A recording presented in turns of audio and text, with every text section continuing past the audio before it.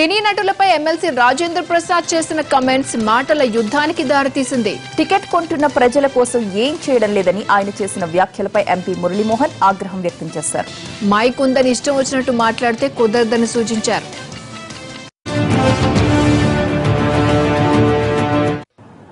మీ టికెట్లు కొనడానికి, మీ సినిమాలు చూసి మీ కోట్ల రూపాయలు కురిపించడానికి, లేకపోతే అవార్డులు ఇవ్వడానికి, ఎవరికన్నా అవార్డు రాకపోతే లొల్లి పెట్టేస్తారు.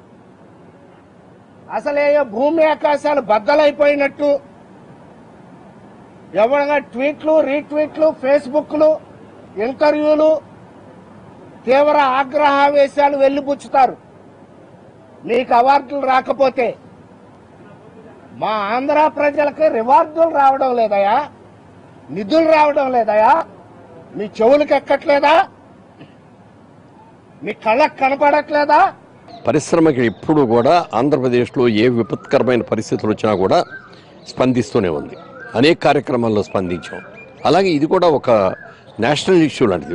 ఏదో ఒక ఆంధ్రప్రదేశ్కి సంబంధించిందో, ఒక తెలంగాణకు సంబంధించిందో కాదు. ఇది ప్రపంచంలో ఉన్న తెలుగు వాళ్ళకందరికీ, తెలుగు వాళ్ళ ఆత్మగౌరవానికి సంబంధించిన విషయం.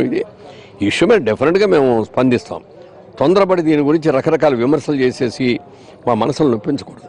ఎందుకంటే మా సినిమా వాళ్ళ మనసులు అనేవి చాలా డెలికేట్గా ఉంటాయి. అవి ఒక్కసారి బదలైనవి అంటే ఏమీ చేయలేని పరిస్థితి వస్తుంది. రాకూడదు.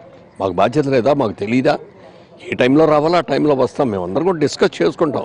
ఊరికే గబుక్కునే మైక్ ఉంది కదా అని చెప్పి ఇష్టం వచ్చినట్టుగా మాట్లాడేసేస్తే అది కరెక్ట్ కాదు. అది